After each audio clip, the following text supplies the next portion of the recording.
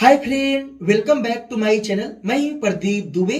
आज हम बात करने वाले हैं कि जो आप क्रेडिट कार्ड यूज करते हैं, एफडी कार्ड यूज करते हैं, पर्सनल लोन यूज करते हैं, इनका जो रिपोर्टिंग होता है सिविल में, वो कितने मंथ से लेके कितने मंथ तक के अंदर में अपडेटिंग होना चालू हो जाता है। इसी के बारे में आज हम बताने वाले हैं। तो मेरी आपसे विनती है, आप इस वीडियो को स्किप न करके शुरू से लेके अंत तक वॉच करना और मुझे लाइक करके सपोर्ट करना। चलिए बात करते हैं टॉपिक के ऊपर। दोस्तों, मेरे चैनल पे काफी वीडियो आप लोग को मिलेंगे सिविल स्कोर के बारे में, लोन के बारे में, क्रेडिट कार्ड के बारे में। प्ले लिस्ट मैंने बनाया है, आप जाके चेकआउट कर सकते हैं। दोस्तों, यहाँ पे जो सिविल रिपोर्टिंग की बात होती है, तो आपका चाहे एफडी कार्ड हो, चाहे अनसिक्योर कार्ड हो, चाहे सिक्योरिटी कार्ड हो, चाहे पर्सनल लोन हो, तो ये जो लोन होता है, जब हमारा पहला किस्त कटता है, तो पहला किस्त बैंक से कट जाने के बाद आपका जो सिविल में रिपोर्टिंग जाती है, पहले तो किस्त कटने के बाद तुरंत अपडेट नहीं होता है। आपके सिस्टम में तो शो करता है, बट उस सिविल के सिस्टम में उसे अपडेट होने में कम से ना कम 45 दिवस लगता है।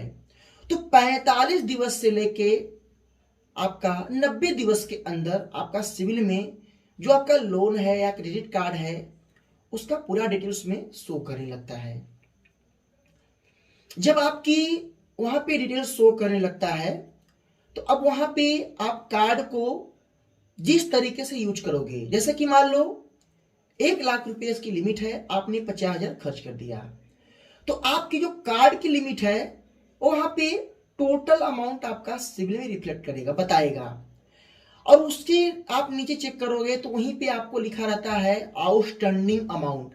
आउटस्टैंडिंग का मतलब है कि आपके ऊपर जो आपका कार्ड है या आपके ऊपर अभी तक कितना पैसा आउटस्टैंडिंग मतलब बाकी है, और जितना जितना पैसा आप पे करोगे वो आउटस्टैंडिंग अमाउंट आपका धीरे धीरे कम होता जाएगा। अगर आप मान लो एक 10,000 रुपए का फोन परचेस कर लिया, 10,000 रुपए का फोन आपका आपने बाय कर लिया और उसे ईएमआई में कन्वर्ट कर लिया, तो वो आपका एक लोन के रूप में आपका जनरेट हो जाएगा। अगर आपने क्रेडिट कार्ड से अगर लिया है तो लोन के रूप में वो जनरेट हो जाएगा। और अगर आप उसी को कैश में ले लिया और पूरा बिल पेमेंट आपका आया, पेमेंट कर दिया, तो उसकी एक आउटस्टैंडिंग बनेगी, समझे ना। और उसकी जब आउटस्टैंडिंग बनेगी तो वो पैसा जब पे करोगे फिर वहां से आपका माइनस जाएगा। तुरंत माइनस नहीं होगा, पेमेंट करने के 45 दिवस से लेकर 90 दिवस के अंदर वो माइनस जाएगा। तो अब यहां पे हमारा सिविल किस तरीके से काम करता है, देखिए। जब आप क्रेडिट कार्ड यूज करते हैं, उसका बिल पेमेंट वन टाइम में करते हैं, तो वो आपका आउटस्टैंडिंग में चला जाता है, आपका वो पूरा अमाउंट आउटस्टैंडिंग में एडजस्ट हो गया। अब वहीं पे अगर आप उसे ईएमआई में कन्वर्ट किए हो, तो आउटस्टैंडिंग में तो शो करेगा ही करेगा, आपका लोन के नाम से जो अमाउंट आपने कन्वर्ट किया है वो भी आपका शो करेगा। और वहां भी जो आपने अमाउंट कन्वर्ट किया है उसका एक आउटस्टैंडिंग अलग दिखाएगा, टोटल आउटस्टैंडिंग अलग दिखाएगा। तो आपको दो आउटस्टैंडिंग दिखाएगा, एक तो आपका टोटल का रहेगा, एक आपका जो आपने कन्वर्ट किया उसका अलग रहेगा। तो जितना आप कन्वर्ट करोगे उतना आपका अलग अलग रिफ्लेक्ट शो करेगा। तो अगर जब वहीं पे ज्यादा आपका आपने ईएमआई कन्वर्ट कर लिया या ज्यादा लोन हो गया, फिर जो आपकी सिविल रहेगी वो रैंक पूरी तरीके से नहीं कर पाएगी।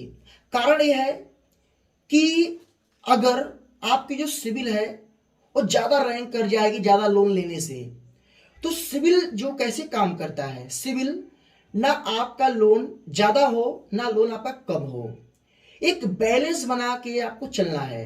अगर आपका बैलेंस बना के चलेगा तभी आपकी सिविल लेवल में रहेगी। अब आपके ऊपर 10 लोन हो गए, आपने एक बजाज से लोन लिया, एक होम क्रेडिट से लोन ले लिया, एक एचडीएफसी बैंक से लोन ले लिया, क्रेडिट कार्ड से 5-6 ईएमआई कन्वर्ट कर लिया, आपके पास 8 से 10 लोन हो गए। अब जो शेड्यूल में आपका 8 से 10 लोन हो गया, तो उसमें से जितने लोन आप क्लोज करोगे, जिसका पैसा पे करोगे, और वहां से आपकी आउटस्टैंडिंग धीरे धीरे खत्म होती जाती रहेगी, कम होती रहेगी, तो आपका सिविल धीरे धीरे धीरे धीरे रैंक करेगा। अगर सारे लोन एक्टिवेट है तो आपकी सिविल है वो बहुत स्लो रैंक करेगा। इसलिए रैंक करेगा, अगर आपके ऊपर अधिक कर्ज है और आपकी अगर सिविल अधिक रैंक कर गई तो आप किसी और कंपनी में जाओगे तो वहां पे आपको आपकी सिविल हाई हिस्ट्री देख के आपको लोन मिल जाएगा और आपका जो भी बैलेंस शीट है वो खराब हो जाएगा, आप पेमेंट नहीं कर पाओगे। तो लोन कंपनी कैसे देती है? लोन क्रेडिट कार्ड आपके बैलेंस शीट के हिसाब से मिलता है। ऐसा नहीं है कि आपको आपका सिविल एकदम जीरो है, आपको लोन मिल गया, क्रेडिट कार्ड मिल गया।